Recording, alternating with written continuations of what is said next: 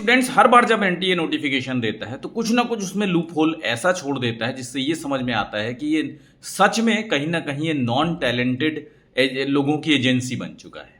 यानी एनटीए का full form कहीं ना कहीं नॉन टैलेंटेड एजेंसी होना चाहिए। इस बार भी जैसा कि शुरू से डीले कर रहे थे ये एग्जाम को लेकर के, तो कहीं ना कहीं इनको भी डाउट है कि ये एग्जाम कब करा पाएंगे, इसलिए इस बार उन्होंने डेट ऑफ एग्जामिनेशन वाला जो सेक्शन है वो खाली छोड़ दिया है। यानी अब स्टूडेंट समझ लेंगे कब उनका एग्जाम होगा और होगा कि नहीं होगा, ये अब एनटीए नहीं बता रहा आपको। पिछले जून में और दिसंबर में जब एग्जाम हुए थे तो उसमें बकायदा डेट्स दी हुई थी, लेकिन फिर भी हम लोग जो अंदाजा लगा सकते हैं तो उसमें मैं आप लोगों को ये बता सकता हूं कि कब आपका जो एग्जाम है वो हो सकता है, जिससे कि आप लोग उस समय तक तैयारी अपनी अच्छी रखें।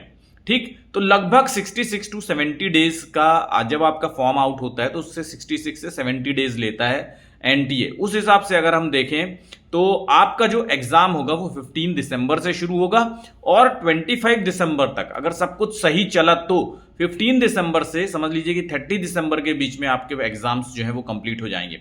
तो इस बात को ध्यान में रख करके तैयारी कीजिएगा। ठीक है, भले ही उसने एग्जामिनेशन डेट नहीं दी है, नोटिफिकेशन में नहीं आया है, लेकिन आपको ये बात ध्यान रखनी है कि 15 दिसंबर से 30 दिसंबर के बीच में जो है एग्जाम है आपका हो सकता है।